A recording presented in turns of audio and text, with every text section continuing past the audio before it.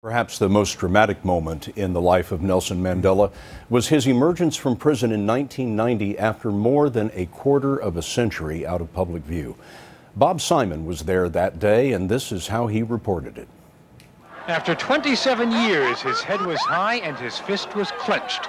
Nelson Mandela walked out of Victor Verster prison today like a chief of state, flanked by his first lady and by the men who'd been hired to protect him.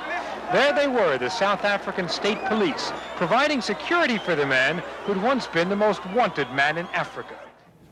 I was a young correspondent at CBS, and I remember admiring that piece enormously.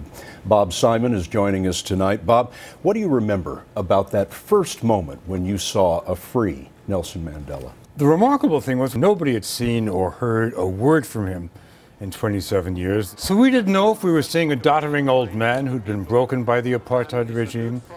We didn't know, even though he'd negotiated with the regime, whether he'd go free and say to his ANC buddies, okay, let's get him, and create rivers of blood, or whether he was there to lead the nation. And we didn't know for 24 hours. That night he gave a long, rambling, boring speech, and we were worried. The next morning he gave a news conference, and he called on reporters from the pro-apartheid papers. He treated them like friends, and he was eloquent and funny and gracious.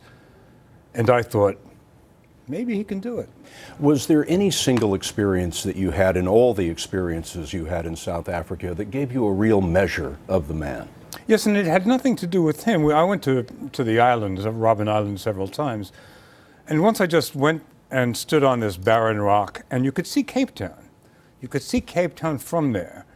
And I recommend to anyone who wants to get a measure of the man to just stand on that rock for a couple of hours and then try to imagine what it would be like being there for 27 years.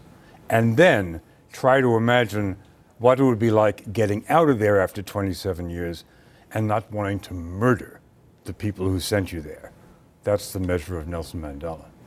Bob Simon, 60 Minutes correspondent. You'll have a piece on Mandela on 60 Minutes this Sunday. Bob, thanks for joining us tonight.